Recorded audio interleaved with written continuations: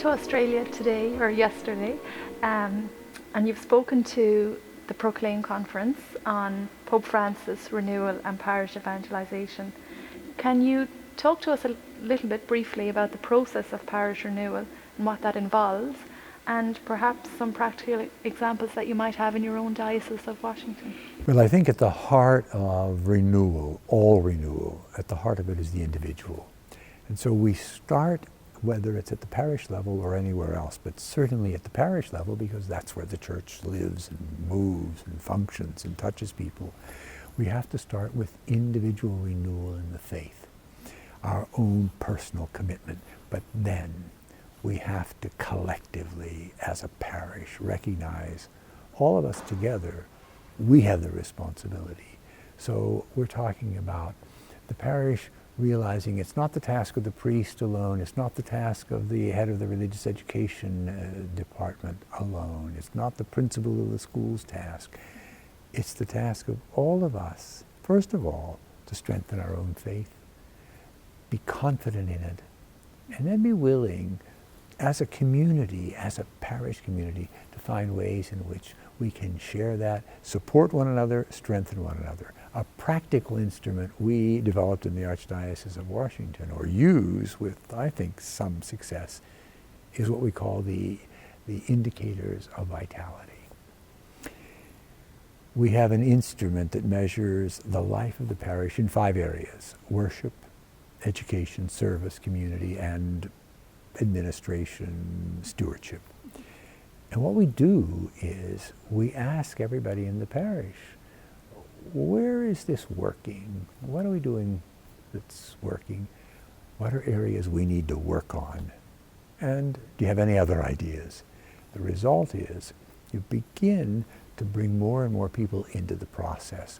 The goal at the parish level is to get as many parishioners as possible engaged in the simple task, telling the story of Jesus, passing that on, supporting one another in their faith, and caring for people who have those needs that the gospel speaks about. Australia continues to become an increasingly secular society. What strategies do you think the Church in Australia should consider to meet the challenges of secularism, materialism, and individualism? And it's not just Australia. We're seeing that all over the world, but it's important. It's important, first of all, that we recognize it's happening. And one of the ways in which we begin to deal with that is to concentrate first and foremost on ourselves. What do we believe? And how convinced are we of our faith? That's an area we work at in parishes, we work at in our schools. Just building up that faith renewal in our own heart and the confidence to be able then to say, this is the truth. Then in the sharing of it, we need to be much, much more active in our participation in the life of the community. Politically, we need to be there as individuals. We don't need to have the bishop or the priest get involved politically, because that's the task of lay women, laymen. So when we talk about how do you begin to counter the inroads made by secularism, we have to start with the truth of our faith and the conviction that I need to be a part of sharing this. I talk about the water cooler. Sometime when you're just standing there at the office and someone brings up one of these points, one of these highly secular, politically correct views, what's to stop a person from saying, you know, I have another take on that. I have another view on that. That's how we do it. As a member of the College of Cardinals, you work closely with the Holy Father. How would you describe the personality behind the Pope Francis persona that we see through the eyes of the media? I don't think there is a difference. My experience with Pope Francis is the same person that you talk to one-on-one is the same person you see when he is speaking at an audience of 50,000 people, when he's giving a press conference on a plane, when he's talking to a World Youth Day with millions of people.